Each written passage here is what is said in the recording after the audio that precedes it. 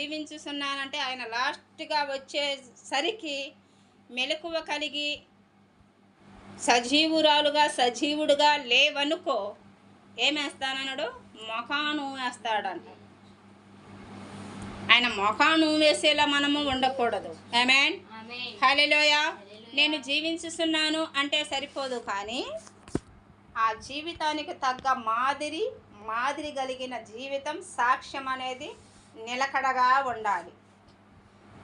టపా టపా టపా ఇప్పుడు 10 నిమిషాలు మాట్లాడి 10 నిమిషాల్లో మాట మార్చేలా ఉంటే అది జీవితం కాదు, అది జీవితం అనిపించుకోదు. మాట ఇస్తే నీతి కలిగిన వాడు, నీతి కలిగిన స్త్రీ అయినా పురుషుడైనా మాట ఇస్తే తనకు నష్టము కలిగినను మాట తప్పరాదు. ఆమేన్, హల్లెలూయా. అది జీవించుతున్నాను అంటానికి అర్థం. దేవుళ్ళో నేను బ్రతికి ఉన్నాను అంటానికి అర్థం. హల్లెలూయా. నేను బాప్తిస్మం మాత్రమే పొంది ఉన్నాను, నేను సజీవుడుగానే ఉన్నాను అంటే సరిపోదు. ఆ క్రియ కనిపించాలి. ఆమేన్, హల్లెలూయా, హల్లెలూయా. ఎఫెసీయులకు రాసిన పత్రిక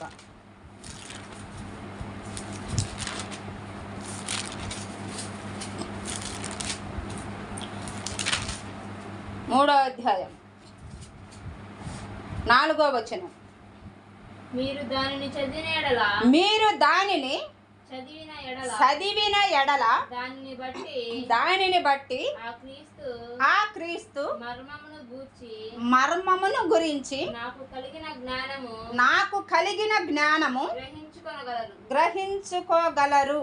ఈ మర్మం ఇప్పుడు చాలు. ఏమైంది అక్కడ?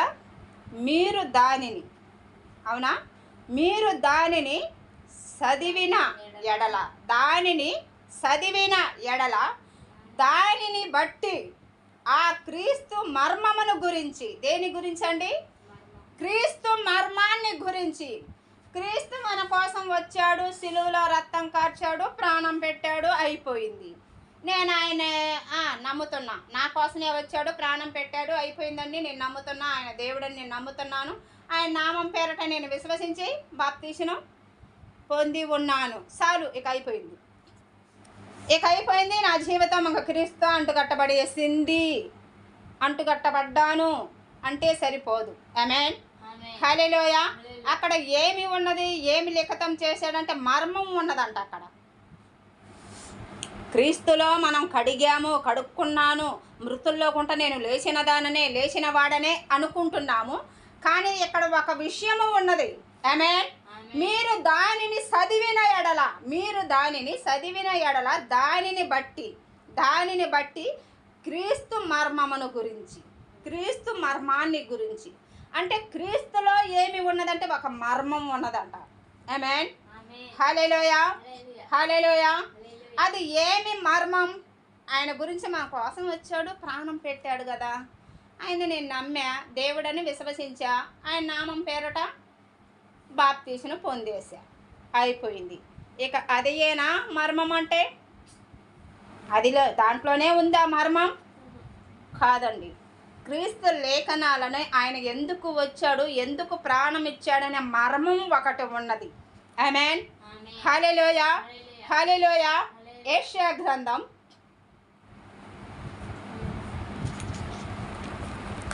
5వ అధ్యాయం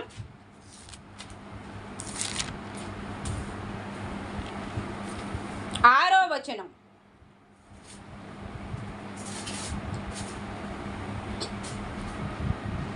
అది శుద్ధి చేయబడదు, పారతో త్రవ్వబడదు, దానిలో గచ్చ పొదలును బలు రాక్షసి చెట్లును బలిసియుండును, దాని మీద వర్షింపవలదని మేఘానికి ఆజ్ఞాపిస్తాను అంటున్నాడు దేవుడు. ఆమేన్, హల్లెలూయా. ఏంటి ఆ గచ్చు పొదలు మలిసే పొలం?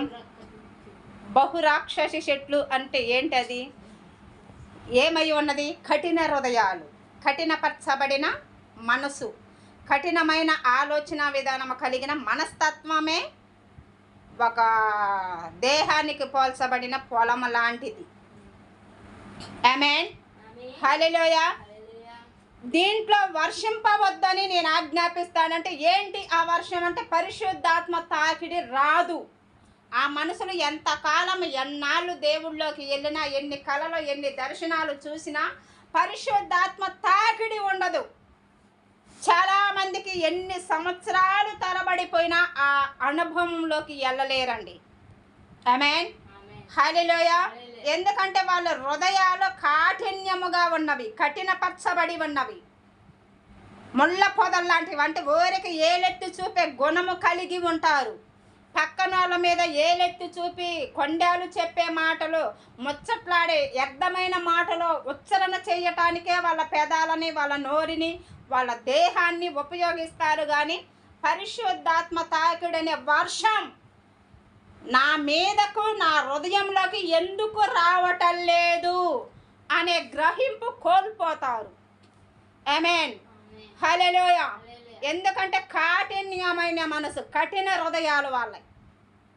ఎందుకు ఆ కఠిన హృదయం వస్తుందంటే కుళ్ళు, ఈర్ష్య, ఓర్చుకోలేని మనస్తత్వం, ఇలాంటివన్నీ ఉన్నప్పుడు నేను అన్నిటిలోనూ దేవుడు వాక్యం చదువుతున్నా, సండే వెళ్తున్నా, సంవత్సరాల నుంచి వెళ్తున్నా అంటే మారు మనసు మాత్రము ఉండదు వాళ్ళకి. మృతులుగానే ఉన్నారు కానీ సజీవులై లేరు. దేవుళ్ళో నేను సున్నతి పొందా అంటే మారు మనసు పొందాను, బాప్తీసం పొందాను అనుకునే స్థితిలోనే, అణగారిపోయిన స్థితిలోనే ఉంటారు. కానీ సజీవులైన సాక్ష్యము మాత్రము ఎన్నాళ్ళుండో ఉండదు. హల్లెలూయా. హల్లెలూయా. దేనికి ఆ మర్మం ఏమై ఉన్నది? ప్రభువు గురించి మర్మం ఏంటి అని అంటే ఇదియే. హల్లెలూయా. ఎన్ని సంవత్సరాలు వెళ్ళినా కూడా కఠినమైన ఆలోచనలు, మాటలే కారణం. దేనికి? ఆసక్తి లేకపోవుట, ఎదుటి వాళ్ళని కుయ్యెత్తుతో ఆలోచించుట, ప్రతి వారికి ఏలెత్తు చూపించే స్వభావము కలిగిన వాళ్ళకి పరిశుద్ధాత్మ అనే వర్షము వారిలోకి రాదు. హల్లెలూయా. ఎన్నాళ్ళున్నా కూడా వాళ్ళు ఎక్కడేసిన గొంగడ అక్కడలాగే ఉంటారు. పరిశుద్ధాత్మలో అనుభవం ఉండదు, ఆ సంతోషాన్ని పొందుకోలేరు. పరిశుద్ధాత్మ తాగడి. ఎండిపోయిన పొలానికి నీళ్ళు, వర్షపు నీళ్ళు పెట్టినా సరే, మనం బోరు ద్వారా వేసినా సరే, ఆ ఎండిపోయిన చెట్టుకు తడి తగిలినప్పుడు ఏమవుతుంది? సిగురు కలుగుతుంది, వికసిస్తుంది. అంటే చల్లదనము తగిలినప్పుడు దానికి ప్రశాంతంగా అమ్మయ్యా నాకెవరో నీళ్ళు పెట్టారని సంతోషంతో వికసించటానికి పురుగొల్పు ఉంటుంది దానికి తానే. ఎండిపోయిన చెట్టు. ఈ ఎండిపోయిన మనుషులు లాంటి వాళ్ళు కూడా ఏమై ఉన్నారు అంటే వాళ్ళకి కొంతమంది ఏమో ఈ ఎండిపోయిన స్వభావం కలిగిన వారి కాడికి వాక్యం అనే నీళ్లు వెళ్ళినప్పుడు, పరిశుద్ధత అనే నీళ్లు వెళ్ళినప్పుడు ఆస్వాదించుకున్న వాళ్ళేమో సంతోషించగలుగుతారు. ఆమేన్. దాన్ని నమ్ముకొని నిజమే ఇది అని తీసుకునే వాళ్ళేమో ఆనందించగలుగుతారు. లేదంటే వాళ్ళకి ఇంకా ఎక్కడేసిన గొంగడి అక్కడే. వాళ్ళ ఆ వర్షాన్ని, ఆ మాధుర్యాన్ని, ప్రభు అనుగ్రహించే ఆ తీపి మధురాన్ని అనుభవించలేరు, దాన్ని ఆస్వాదించుకోలేరు. ఎండిపోయిన స్వభావంతోనే ఉంటారు. ఆ కుళ్ళుతోనూ ఆ కొచ్చితంతోనూ బహురాక్షసి చెట్లు అంట. అంటే ఎందుకంటే అంత కుళ్ళు కొచ్చితం ప్రతి మనిషిని ఎటకారంగా చూపించే స్వభావము కలిగిన వాళ్ళ హృదయాలకే సాదృశ్యం ఇది. ఆమేన్. అది ఎలాగ తీసుకోవాలి? ఇది ఒక పట్టణానికి, ఒక ప్రదేశానికి పోల్చబడిందంటక. ఆ పట్టణము, ఆ ప్రదేశము నీ దేహమే. ఆమేన్. హల్లెలూయా. అది దేహానికి, నీకు నీవుగా నీ పంట. స్త్రీ పురుషుడికి ఏమై ఉన్నదండి? ఏమై ఉన్నది? స్త్రీ పురుషుడికి ఫలమిచ్చే పంటల చేను లాంటిది, పొలము లాంటిది స్త్రీ. పురుషుడికి ఫలం ఎలా ఇచ్చిద్ది అని అంటే ఆ ఫలం ఏంటంటే సంతానం. స్త్రీ పొలముతో కూడా పోల్చబడుతుంది. పురుషుడైనా ఈ వాక్యానుసారంగా, ఆత్మానుసారంగా తీసుకోవాలంటే పురుషుడికి కూడా ఇది ఆహ్వానించవచ్చు, తీసుకోవచ్చు. స్త్రీకి మాత్రమే కాదు, పురుషుడికి కూడా దీన్ని ఆస్వాదించవలసిన విషయం. ఆమేన్. అలాంటి హృదయాలు కాఠిన్యం కలిగి ఉంటే దేవుడే ఆజ్ఞాపిస్తాడు, వర్షింపవద్దు నువ్వు అని. ఎందుకంటే వాళ్ళ హృదయం, వాళ్ళ ఆలోచనలు, వాళ్ళ తలంపులు ఇన్నాళ్ళ నుంచి వాక్యానుసారము వింటున్నా సరే, వింటున్నామా, వదిలేసామా, వెళ్ళిపోయామా అన్నట్టు ఉంటారు. కానీ వాళ్ళ హృదయములో వాక్యానికి స్థలము లేదు. వాళ్ళ క్రియల్లో వాక్యానికి చోటు ఉంటల్లా. వింటున్నారు, సంతోషంగా వెళ్ళిపోతున్నారు, బాగుంది, బాగు చెప్పారని. దాన్ని సదాగా తీసుకోవటల్లా, ఇది నాకే అనేది తీసుకోవటల్లా. ఇప్పుడు 50% బోధలు ఇట్లానే ఉన్నాయి కాబట్టే పరిశుద్ధాత్మల్లో అందరూ కూడా సంతోషించి గంతులు వేయలేకపోతున్నారు, దేవుళ్ళ ఆనందించలేకపోతున్నారు. ఎదుటి వాళ్ళ మీద కోపము, వేష, కుళ్ళు, కుచితం, కుతంత్రం ఎందుకు వస్తున్నాయి? దేవుళ్ళో ఉన్న వాళ్ళకే 30% ఉన్నాయి ఈ కుళ్ళు, కుచితం అనేది. ఇంకొక యాజకుడి మీద, ఇంకొక సేవకుడి మీద బాగా బలముతో వాడబడుతున్నాడంటే ఈ వ్యక్తి ఓర్చుకోలేడు. దేనికి ఓర్చుకోలేకపోతున్నారంటే ఆ మనిషిలో పరిశుద్ధాత్మ తాకిడి అనేది లేదు. ఆమేన్. హల్లెలూయా. నిజమైన పరిశుద్ధాత్మ తాకిడి ఉన్నది అని అంటే ఆ మనిషిలో ఏ మనిషిలోనైనా కుళ్ళు అనేది ఉండదు. ఆమేన్. హల్లెలూయా. నిజమైన పరిశుద్ధాత్మ ఆ మనిషిలోకి తాకాడు అని అంటే ఎవరిని గురించి కూడా తప్పుగా ఆలోచన చేసే స్వభావము ఉండనే ఉండదు. ఆమేన్. దేవుళ్ళో ఉన్నాను, నాకు కుళ్ళు కుచితం ఉందంటే అది పరిశుద్ధాత్మ తాకిడి కానే కాదు. దెయ్యపాత్మలు, దురాత్మలు, అల్లరి చిల్లరాత్మలు కూడా ఉన్నవి. ఆమేన్. హల్లెలూయా. ప్రభువులో నేను మృతురాలనయ్యి సజీవురాలనై మళ్ళా లెగిశాను, ప్రభువులో నేను బాప్తీసిన పొంది అనుకుంటే సరి కాదు. హల్లెలూయా. హల్లెలూయా.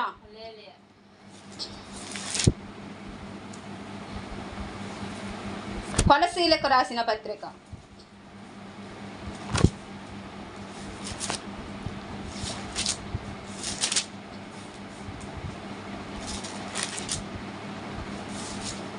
4వ అధ్యాయం.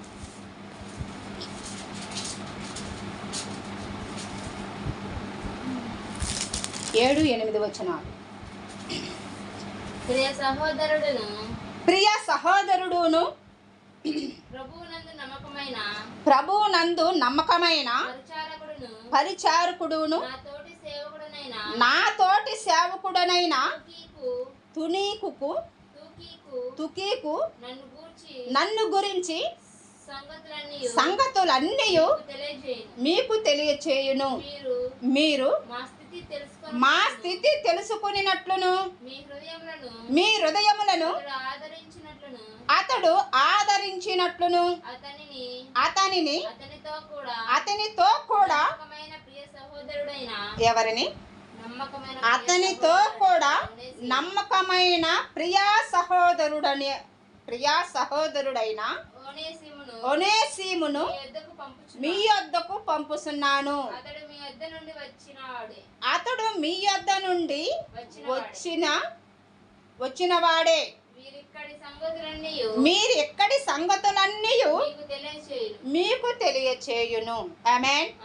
ఆమేన్. హల్లెలూయా. ఇక్కడ ఏమి రాస్తున్నాడు సహోదరులకి? ఎవరు వీళ్ళు? సేవకులు. ఆమేన్. ఎవరు ఈ సేవకులు? జత పనివారట. నాతో పాటు ఏం చేసేవారు? వాళ్ళు పనివారు, ప్రభువు పని చేసేవారు. ఆమేన్. వీళ్ళు ఎలా ఉన్నారంటే ఒకళ్ళ హృదయం ఒకళ్ళకి, ఒకళ్ళ ఆలోచన ఒకళ్ళకి, ఒకళ్ళ తలంపులు ఒకళ్ళకి తెలిసిన మనసు కలిగి ఉన్నారు, పెనవేసుకున్న మనసు కలిగి ఉన్నారు. ఆమేన్. నా గురించి తీతుకు బాగా తెలుసు, అతన్ని నేను మీ వద్దకు పంపిస్తున్నాను, అతడు సంగతి కూడా మీకు తెలిసే ఉన్నది కాబట్టి నా గురించి, నా సంగతులు, ఇక్కడ సంగతులు అన్నీ కూడా అతనే చెప్పును. అతను చెప్తే నేను కూడా చెప్పినట్లే. ఆమేన్. అంటే అంత నమ్మకం సహోదరుని మీద ఎట్లా వచ్చింది? వాళ్ళల్లో పనిచేసే ఆత్మ ఏంటి?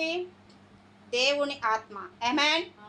దేవుని ఆత్మను పొందుకున్న వాళ్ళు నేను మాట్లాడితే నేను పంపే నా సహోదరుడు మాట్లాడినట్లే. ఆమేన్. ఆమేన్. హల్లెలూయా. హల్లెలూయా. ఎందుకంటే మనము క్రీస్తు శరీరమందు ఏకమై ఉన్నాము. ఆమేన్. ఆమేన్. హల్లెలూయా. హల్లెలూయా. క్రీస్తు శరీరమందు మనం ఏకమై ఉన్నాము కనుక నేను చెప్పిన మాట నా సహోదరుడికి చెప్పి నేను రాలేకపోతున్నా, సహోదరుడిని పంపిస్తున్నా. అతడు చెప్పే ప్రతి మాట నమ్మవలసిందే. ఎందుకు అతన్ని నమ్మాలి అని అంటే ఆ వ్యక్తిలోను నాలోను పనిచేసేది ఒకటే ఆత్మ. ఆమేన్. ఆమేన్. ఆమేన్. అది క్రీస్తు ఆత్మ. హల్లెలూయా. హల్లెలూయా. దేవుని ఆత్మను పొందుకున్న వారిలో ఉండే గుణ లక్షణాలు ఇవి. సహోదరుల మీద ఏముండాలి? ప్రేమ కలిగి ఉండాలి. కపట ప్రేమ కాదు, శ్రేష్టమైన ప్రేమ కలిగి ఉండాలి. ఆమేన్. ఆమేన్. ఇప్పుడు 30% లేనే లేదని చెప్పొచ్చు. గంట పదముగా గలమెత్తి చెప్పగలం ఈ మాట. ఎందుకంటే వ్యసనముతో నిండుకున్న వారే ఎక్కువ ఉన్నారు. ఇప్పుడు నేను చూసే కొన్ని మనసుల్లోనే చూస్తే ఓర్చుకోలేని మనస్తత్వం. ఎక్కువగా ప్రార్థన చేసినా చెప్పినా ఈమెకు ఎక్కువ తెలుసా, ఈయనకు ఎక్కువ తెలుసా, నిన్నగాక మొన్న వచ్చిన వాళ్ళకి అనే స్వభావం కలిగిన వాళ్ళు ఉన్నారు. 30% వాళ్ళే తగిలారు. ఆనాటి కాలంలో అపోస్తులు అలాగున ఆలోచిస్తే పౌలును అంగీకరించి వాళ్ళను పంపేవాళ్ళు కాదు, వీళ్ళని అభిషేకించి. ఎవరు ఈ పౌలు? లాస్ట్లో వచ్చినవాడు. ఫస్ట్ నుంచి వాళ్ళతో ప్రయాణం చేసిన వాడా? కాదు, చివరన వచ్చినవాడు పౌలు.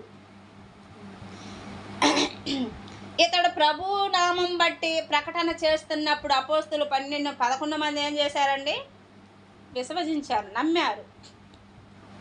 ప్రభు నామాన్ని బలముగా అతను కంఠస్వరముతో గట్టిగా ఆయనే దేవుడు అని చెప్పే విధానాన్ని బట్టి వాళ్ళు ఏం చేశారు? ఫస్ట్ నుంచి లేకపోయినను అంతకుముందు బాగుగా హింసించిన వాడైనను సంఘాన్ని ప్రభు ఆత్మను బట్టి వాళ్ళు ఈయన్ని నమ్మారు. ఆమేన్. ఆమేన్. హల్లెలూయా. హల్లెలూయా. పూర్వంలో ఇతడు లోకానుసారంగా జీవానికి అర్థం తెలియని వాడిలా ఉన్నను ప్రభువు దర్శించినప్పుడు, ప్రభు ఆత్మ అతన్ని తాకినప్పుడు సత్యములో అంటుగట్టబడి ఉన్నాడు అని విశ్వసించారు. ఆమేన్. ఆమేన్. ఆమేన్. ఆమేన్. ఇప్పుడు అనేకులు బోధలు చేసేవారైనా, కాపరిలుగా ఉన్నవారైనా, సువార్థికులైనా ఎవరైనా గ్రహించవలసింది ఏంటి అని అంటే ఆ మనిషి బోధ చేస్తే బోధ కరెక్టా కాదా అనే లేఖనాల సారాంశం మాత్రమే తీసుకొని పరిశోధించాలి. కానీ లోకానుసారంగా పరిశోధించి సొంత అభిప్రాయాలను ఒక మనిషి మీద, ఒక యాజకుడి మీద, ఒక యాజకురాల మీద రుద్దటానికి వీళ్ళే. ఆమేన్. ఆమేన్. హల్లెలూయా. హల్లెలూయా. ఇలాంటి స్వభావం కలిగిన వారికి ఎన్నాళ్ళుండా దేవుడు ఆత్మ తాకిడి తెలియదు. వర్షం కురవదు వాళ్ళ మీద, అంటే పరిశుద్ధాత్మ తాకిడి వాళ్ళ మీదకి రాదు. వాళ్ళు పొందుకోలేరు ఆ తీపిని, ఆ మాధుర్యాన్ని వాళ్ళు అనుభవించలేరు. అనుభవించిన వాళ్ళు చెప్పినా కూడా వాళ్ళు నమ్మే విధానంలో ఉండరు. ఎందుకంటే వాళ్ళకి లేదు కాబట్టి ఆ అనుభవం నమ్మరు. ఆ పరిశుద్ధాత్మ వర్షాన్ని తీసుకున్న వాళ్ళకే ఆ అనుభవం తెలిసిద్ది. దేవుడు ప్రేమ, ఆయన ఎలాంటి వ్యక్తినైనా ఎలా ప్రేమిస్తాడు, ఎలా ఆస్వాదిస్తాడు అనే విషయాలు తెలుస్తాయి. ఆమేన్. ఆమేన్. హల్లెలూయా. హల్లెలూయా. 3వ అధ్యాయం మొదటిది. కొలసీలు.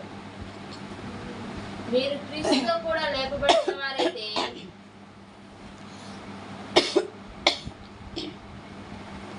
మీరు క్రీస్తుతో కూడా లేపబడిన వారైతే మీరు క్రీస్తుతో కూడా లేపబడిన వారైతే పైనున్న వాటినే వెతుకుడి. పైనున్న వాటినే వెతుకుడి. పైనున్న వాటినే వెతుకుడి. అక్కడ క్రీస్తు దేవుని అక్కడ క్రీస్తు దేవుని కుడి పార్శ్వమున కూర్చుని కుడి ఉన్నాడు. పాక్షమున కూర్చొని ఉన్నాడు. ఎక్కడండి?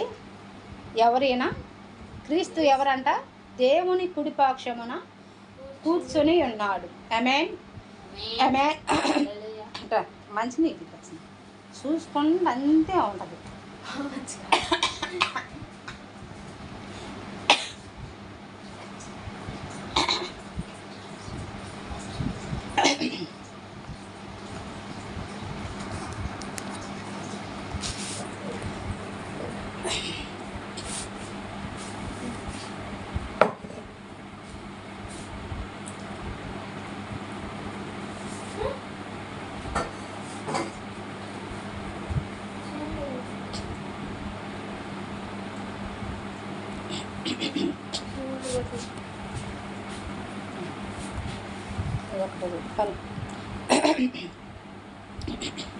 మీరు క్రీస్తుతో కూడా లేపబడిన వారైతే అంటే లేపబడి ఉన్నారా, ఇంకా సచ్చిన వారిలా ఉన్నారా అని చెప్తున్నాడు. లేపబడిన వారైతే క్రీస్తు మాదిరి కనిపించాలి. లేపబడిన వారైతే క్రీస్తును అనుసరించేవారైతే ఆయన క్రియ మీలో కనిపించాలి. సచ్చిన వారిలా ఉన్నారు అని అంటే మీరు ఇంకనూ సచ్చిన వారిగానే ఉన్నారు, మృతులే కానీ మీరు సజీవులు కాదు. ఆమేన్. క్రీస్తుతో మేము మృతి నొంది ఉన్నాము అని విర్రవీగితే సరిపోదు, ముద్ర వేయించుకున్నాము అంటే సరిపోదు అక్కడ. ఆమేన్. హల్లెలూయా, హల్లెలూయా. పైనున్న వాటి మీదనే కానీ భూ సంబంధమైన వాటి మీద మనసు పెట్టుకోమాకండి. భూ సంబంధమైన విషయాల గురించి, భూ సంబంధమైన ఆలోచనలు, భూమికి సంబంధించిన డబ్బు కోసం, ధనము కోసం, బంధాల కోసం మీరు ఆసక్తి కలిగి పరిగెడుతున్నారు అని అంటే ఇంకా క్రీస్తుతో కూడా మీరు లేపబడ్డాము, మేము క్రీస్తులో ఉన్నాము, మేము ముద్ర వేయించుకొని ఉన్నాము అని ఎలా చెప్పగలరు? ఎక్కడ ఉన్నది? మీలో మాదిరి ఏడగానే వస్తుంది, కాని రావట్లేదని చెప్తున్నాడు ఇక్కడ. ఆమేన్. ఆయనతో లెగిశారు అని అంటే, ఆయనలో ఉన్నారు అని అంటే, ఆయన ముద్ర వేయించుకున్నారు అని అంటే, మీరు లోకానుసారంగా చచ్చారు అంటే సజీవులై దేవుడు పైన వాటి కోసం ఎతకాడు. మీరు కూడా ఏం చేయాలి? పైనున్న వాటి కోసమే ఎతకాలి, పరిగెత్తాలి. ఆమేన్, ఆమేన్. హల్లెలూయా, హల్లెలూయా. ఆ మాదిరి మనలో ఉంటేనే పరిశుద్ధాత్మ ప్రవాహములా మన మీదకి ఉప్పొంగును. ఆమేన్. పొరలి వచ్చును ఆయన ఆత్మ. ఆమేన్. హల్లెలూయా. ఆయన వర్షింపవద్దని అనడండి, ఇక కురిపించు నీ ఆత్మని అంటాడు. జీవజల ఊటలు మీలో గుంట ప్రవహించును అన్నాడంటే ఏంటది? వాక్యం, పరిశుద్ధత. మీలో గుంటానే పొర్లుకొని వస్తాయి దేవుడు మాటలు, పరిశుద్ధత కలిగిన మాటలు, సత్యం అనే మాటలు, అబద్ధం ఆడకుండా మాట్లాడే ప్రతి పలుకు కూడా ఆయనలో జీవ ఊటలే, అవి నీలోనే ప్రవహించినవి. ఆమేన్, ఆమేన్. సజీవులమై ఉన్నాము అనంటే గుర్తులు ఇవి. మనకు నష్టము కలిగినను మాట ఇచ్చి తప్పకూడదు. 100 మంది ఒక సైడ్ నిలబడ్డా, ఒంటరిగా ఒక సైడ్ నిలబడ్డా మాట తప్పకూడదు. అది క్రీస్తులో సజీవుడవై ఉన్నట్లు. ఆమేన్. 100 మంది నిన్ను మెచ్చుకుంటున్నారు, 100 మంది నిన్ను బాగా మెచ్చుకొని నిన్ను బాగా ఆస్వాదిస్తున్నారు, నీకు బాగా అనేక మంది జనాంగము నిన్ను మెచ్చుకుంటున్నారంటే అప్పుడు నీకు శ్రమ. ఆమేన్. లోకానికి నువ్వు నచ్చావు, లోకస్తుల ప్రకారము నిన్ను ఆస్వాదించుకుంటున్నారు, నీ మాటలు నచ్చుతున్నారు అంటే నీకు శ్రమ. నీ మాటల్లో వాళ్ళకి నొప్పులు లేవు, దెబ్బలు లేవు, ముళ్ళు లేవు, కుచ్చుకోవట్లా వాళ్ళ హృదయాలకి, వాళ్ళ శరీరానికి దెబ్బ తగలటల్లా. దెబ్బ తగలకుండా గాయం కట్టబడదు. ఏ మనుషుడు, ఏ మానవుడు, ఏ స్త్రీ, ఏ పురుషుడు దేవుళ్ళ కట్టబడలేడు. ఆమేన్. హల్లెలూయా. దెబ్బ తగిలితేనే గాయం కట్టబడుతుంది. శరీరానికి, ఆత్మకు దెబ్బ తగిలితేనే దేవుళ్ళ ఆత్మానుసారంగా ముద్రించబడినట్లు. ఆమేన్. హల్లెలూయా, హల్లెలూయా. అలాగున ఉండుటకే ప్రయాసపడుదుము గాక. ఆమేన్. మానవుడు ఆలోచన, మనుషుడు నిన్ను పొగిడాడు అని అంటే అప్పుడు నీకేమైంది? శ్రమ వచ్చింది. మనుషుడికి నచ్చాడు అంటే ఖచ్చితంగా శ్రమే. ఎవరికి నచ్చట్లేదు అని అంటే నీవు చాలా కడాఖండిగా ఉన్నావని అర్థమిస్తుంది. నిన్ను ఎవరో నచ్చట్లేదు, నీకు ఎవరో కూడా లోబడట్లేదు, నిన్ను ఎవరో కూడా నీ మాట వినడానికి ఇష్టపడట్లేదు అంటే నీలో చాలా సత్యం ఉన్నది. వాస్తవాన్ని పలుకుతున్నావు, అందుకే నీకు అందరూ శత్రువులు. ప్రభువుకి ఎవరన్నా ప్రీతిగా దగ్గరకు తీసిన వాళ్ళు ఉన్నారా? పచ్చి మానుకే ఇలాగున చేస్తే ఎండిపోయిన మీకు, అంటే మీలో ఇంకా పాపము, దోషం, అతిక్రమాలు ఉంటాయి కాబట్టి నన్ను తెలుసుకున్నాక వాటిని మీరు వదిలేసి వచ్చినా వాళ్ళు మిమ్మల్ని నమ్మరు. అంటే ఎండిపోయిన మీ మానులకు ఇంకేమి జరుగును? అంటే పరిశుద్ధముగా ఉన్న నాకే ఇలా జరిగితే నన్ను నమ్మిన మిమ్మల్ని ఎలాగ ఆస్వాదిస్తారు? అయినను మీరు లోకానుసారంగా లోకాన్ని బట్టి వాళ్ళు వీళ్ళు నచ్చట్లేదని వాళ్ళ మనసుల వైపు మీరు వెళ్ళవద్దు. మనుషులు మీ వైపు రావాలే కానీ మీరు అటువైపు వెళ్ళటానికి లేదు. ఆమేన్. హల్లెలూయా.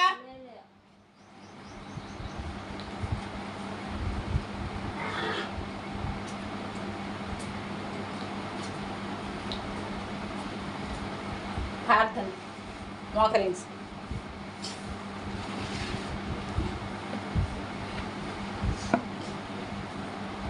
పరిశుద్ధుడా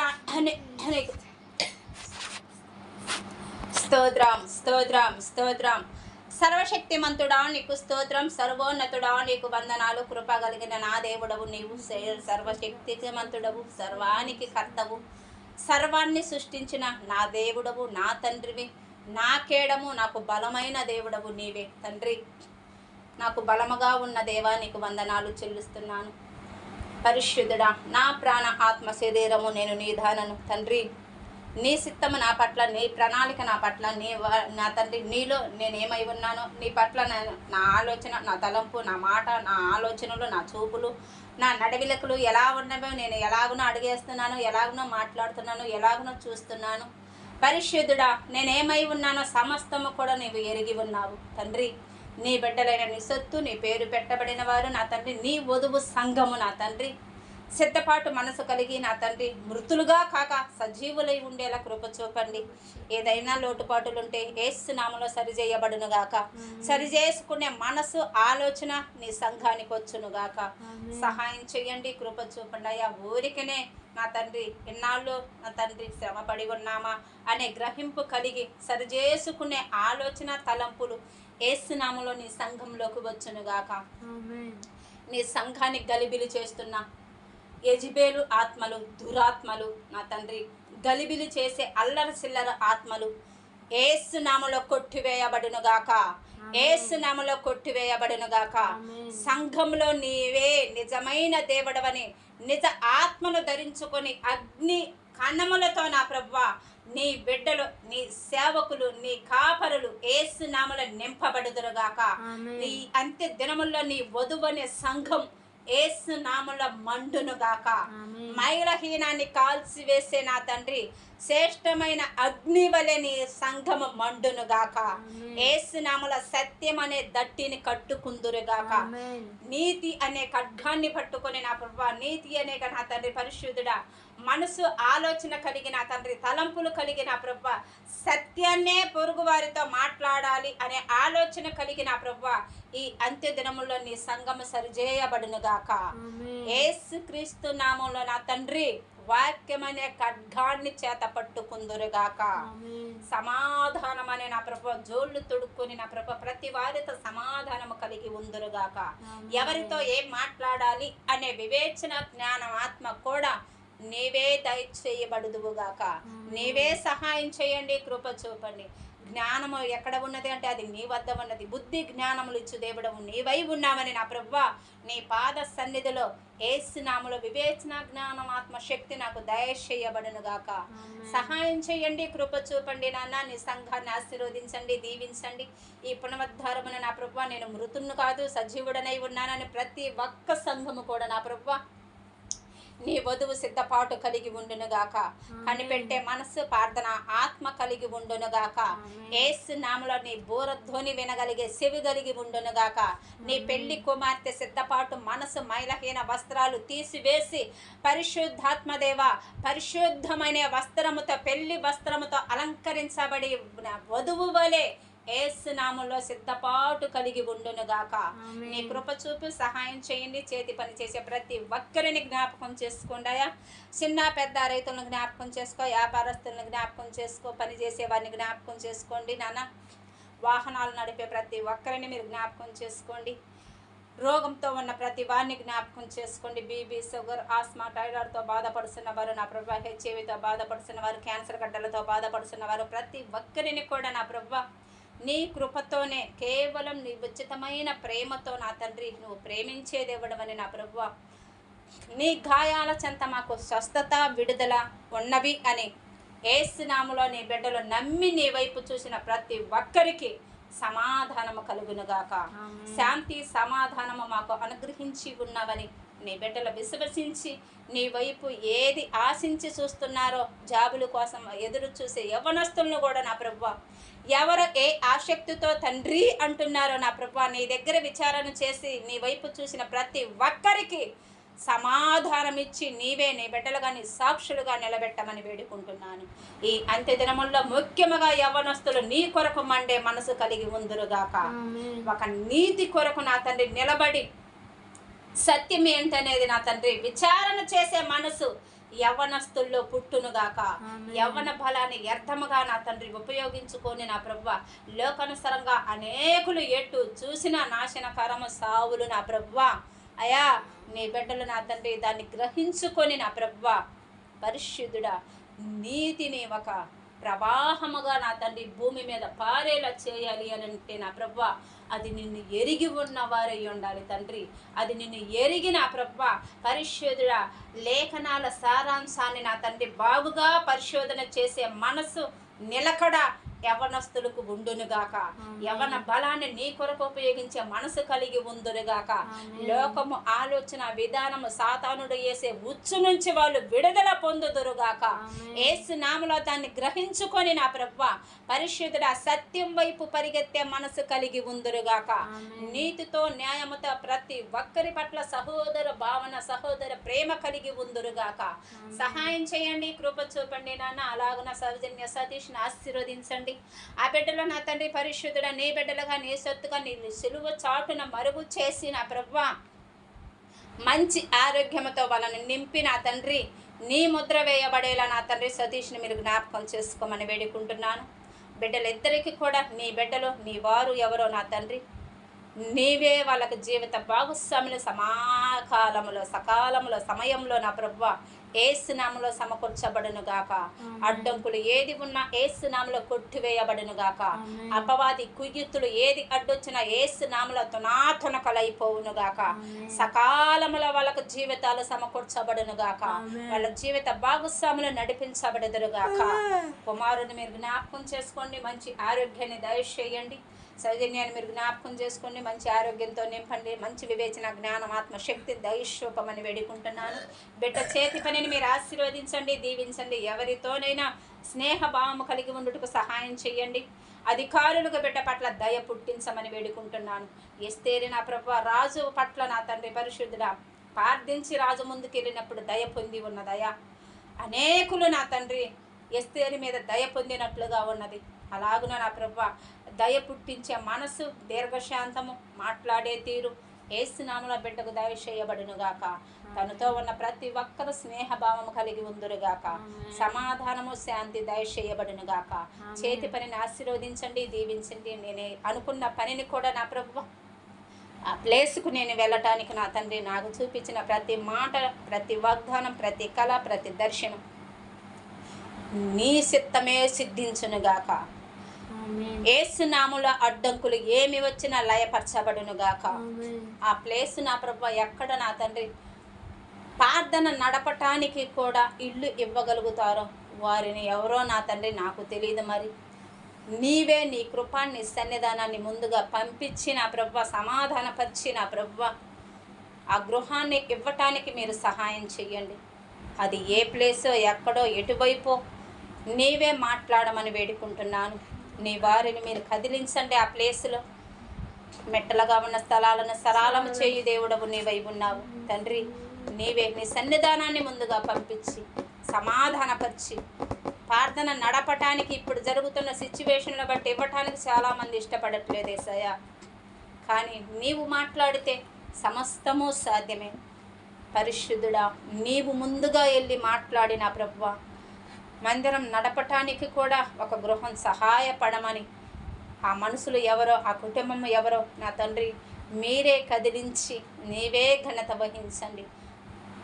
ఆ కుటుంబాన్ని, ఆ బిడ్డలు, ఆ ప్లేస్, ఆ ఇల్లు ఎక్కడో నాకు స్పష్టత ఇచ్చి నా ప్రభువా మీరే కృప చూపి ఘనత, మహిమ, ప్రభావాలు నీవు మాత్రమే పొందుకోమని వేడుకుంటున్నాను. నేను రేపు వెళ్ళాలనుకుంటున్నాను తండ్రి. ఆ ఇల్లు దొరికేలా సహాయం చేయండి. అక్కడ ఉన్న ప్రతి ఒక్కరు కూడా యేసు నామములో ఆకర్షించబడుదురుగాక. నీ ఆత్మలను మీరే ఆకర్షించండి. నా ఆలోచన, నా తలంపు కాదు తండ్రి, నీ చిత్తం మాత్రమే. నీ వారిని మీరే యేసు నామములో ఈ అంత్య దినముల్లో ఆకర్షించమని వేడుకుంటున్నాను. ఏ ఒక్కరూ నశించటం నీకు ఇష్టము కాదు. మా కోసమే నీవు దీర్ఘశాంతి వహించవని ప్రతి ఒక్కరూ గ్రహించేలా వివరించి చెప్పే వివేచన, జ్ఞానం, ఆత్మశక్తి యేసు నామములో నాకు దయచేయబడునుగా.